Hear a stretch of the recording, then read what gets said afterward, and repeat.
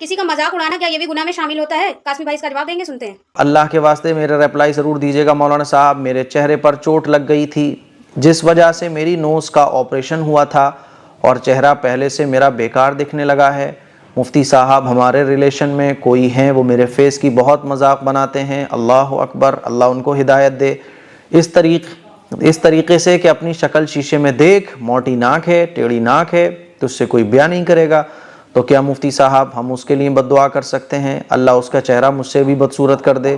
میرا بہت دل دکھتا ہے، میں بہت روتی ہوں، کہ ہم اس کے لیے تہجد میں بد دعا کر سکتے ہیں؟ یہ جو اس طرح سے بولتے ہیں نا کہ اپنا چہرہ شیشے میں دیکھ، موٹی ناک ہے، ٹیڑھی ناک ہے تو اس سے تو کوئی بیان نہیں کرے گا، یہ ناجائز اور حرام ہے، گناہ کبیرہ ہے۔ اور ہو سکتا ہے کہ جو لوگ ایسے کسی کا مذاق اڑاتے ہیں نا، اللہ تعالیٰ نے تو قرآن مجید میں وَلَا تَنَابَزُوا بِالْأَلْقَابِ، کسی کا نام کو بگاڑ کر بلانے سے بھی منع فرمایا۔ کسی کو ایسے نام سے بلانا جس سے اس کے دل کو تکلیف ہو، ایسے نام لینے سے بھی اللہ کے نبی نے منع فرمایا، قرآن میں اللہ نے منع فرمایا۔ پھر آپ کسی کے چہرے کا مذاق اڑاؤ، حالانکہ چہرے کو بنانے والا کون ہے؟ اللہ ہے۔ اگر آپ کسی کے چہرے کا مذاق اڑا رہے ہو تو گویا کہ آپ اللہ کی بنائی ہوئی چیز کا مذاق اڑا رہے ہو، تو اس سے اللہ کو غضب آنا لازمی ہے، اور کچھ مشکل نہیں ہے کہ اللہ تعالیٰ کا غضب بہت بڑے آپ کے اوپر، اور آپ کے اوپر بھی کوئی ایسا عذاب مسلط ہو جائے۔ یاد رکھیے گا، کسی کے بھی چہرے کا مذاق مت اڑاؤ، کسی کے کسی عیب سے اس کو مت پکارو جس سے اس کو تکلیف ہو۔ یہ حرام ہے، ناجائز ہے، کھلا ہوا حرام ہے۔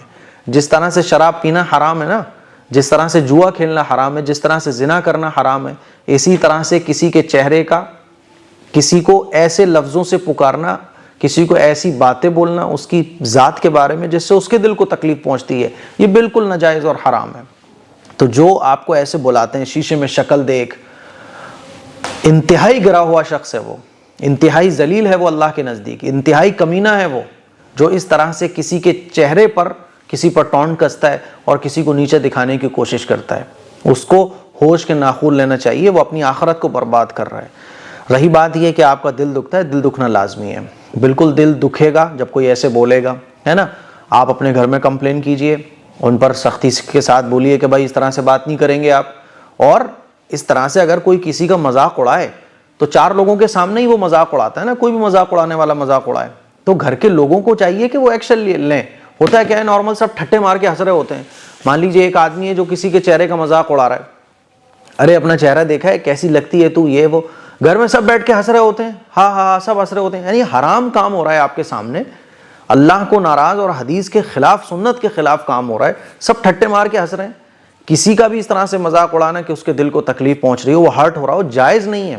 گھر کے لوگوں کو چاہیے کہ ایسے شخص پر سختی کریں کہ بھائی کیا کر رہے ہو تم، یہ کسی کے چہرے کا مذاق اڑا رہے ہو، کسی کے کلر کا مذاق اڑا رہے ہو، کسی کا کلر سانولا ہے تو اسے کالا بول رہے ہو، کسی کے دانت باہر نکل رہے ہیں تو اس کو کچھ اور بولا جا رہا ہے، یہ غلط ہے بالکل۔ رہی بات بد دعا کی، بد دعا مت دو آپ، اللہ سے اس کی ہدایت کے لیے دعا کرو۔